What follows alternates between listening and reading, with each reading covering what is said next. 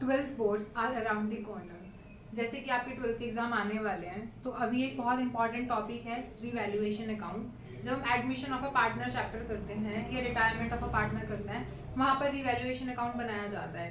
Let's understand how to make revaluation account.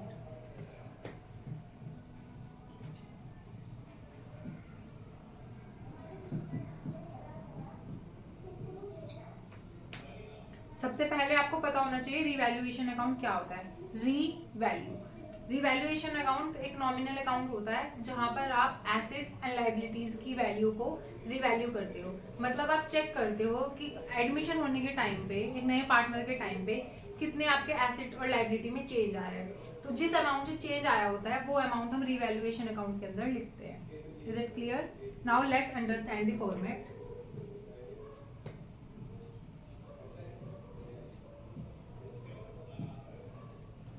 This is the debit side and this is credit side. ये format होता है particulars,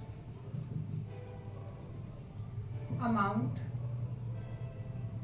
particulars, amount. अब इसमें हमें क्या करना होता है, जब यहाँ पर डेबिट साइड में आता है आपके जितने भी नुकसान वगैरह होते हैं, वो होता है ना रूल नॉमिनल अकाउंट का, debit all expenses and losses, credit all incomes and gains. Same ही है, आपको जो भी नुकसान हुआ है, लॉस हुआ है, वो सब आएगा डेबिट साइड, एंड कोई भी फायदा हुआ है, कुछ भी गेन हुआ है, वो आएगा क्रेडिट साइड। फॉर एग्जाम्पल आपके एसेट्स क्या हो गए, डिक्रीज हो गए। एसेट्स डिक्रीज होना, इट इज एन एक्सपेंस, तो ये कहाँ पर आएगा? ये आप कह सकते हो आपके एसेट्स कम हो रहे हैं तो वो एक लॉस है, तो वो किधर आएगा? This side. मतलब अगर आपके एसेट्स कम होंगे तो डेबिट साइड आएंगे, या फिर लायबिलिटीज बढ़ जाएंगे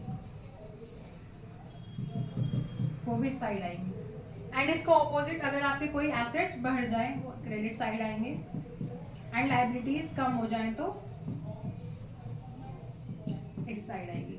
हमेशा ध्यान रखना है, आप उस वैल्यू को लिखोगे जिस वैल्यू से चेंज आ रहा है। एंड कोई आपकी अनरिकॉर्डेड लायबिलिटी है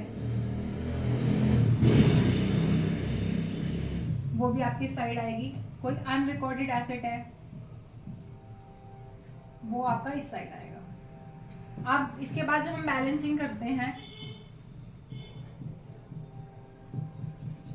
अगर आपका बैलेंस डेबिट साइड बचता है तो प्रॉफिट होता है।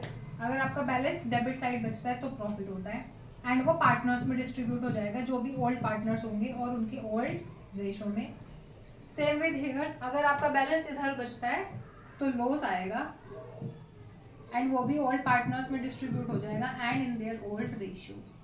That's it. यही होता है बिल्कुल सिंपल सा फॉर्मेट रिवैल्यूएशन अकाउंट का।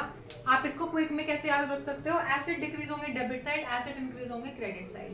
देन उसका ऑपोजिट लायबिलिटी, लायबिलिटी इंक्रीज होगा डेबिट साइड, लायबिलिटी डिक्रीज होगा क्रेडिट साइड। बस इतना ही करना है। डेबिट साइड बैलेंस बचे तो प्रॉफिट, क्रेडिट साइड बैलेंस बचे तो लॉस। Thanks for watching.